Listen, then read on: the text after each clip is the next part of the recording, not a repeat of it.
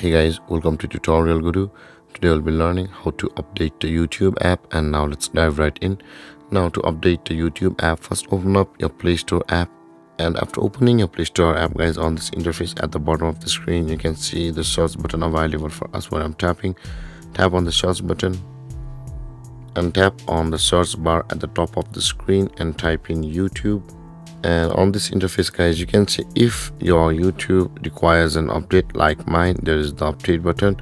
You'll be required to tap on the update button or tap on the YouTube itself, and you'll go down to this interface where you can see the update button available for us over here.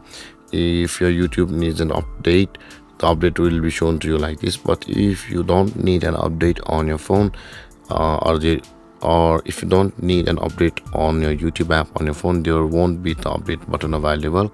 There will be the open button available if your app is up to date. Now in order to update it, let's tap on it and it will be updated momentarily. And with that being said guys, this is how to update your YouTube app on your phone. And if you have any confusions or questions regarding the topic, feel free to comment in the comment section below, and don't forget to like, subscribe and hit that bell icon for more videos. Thank you for watching guys. Peace.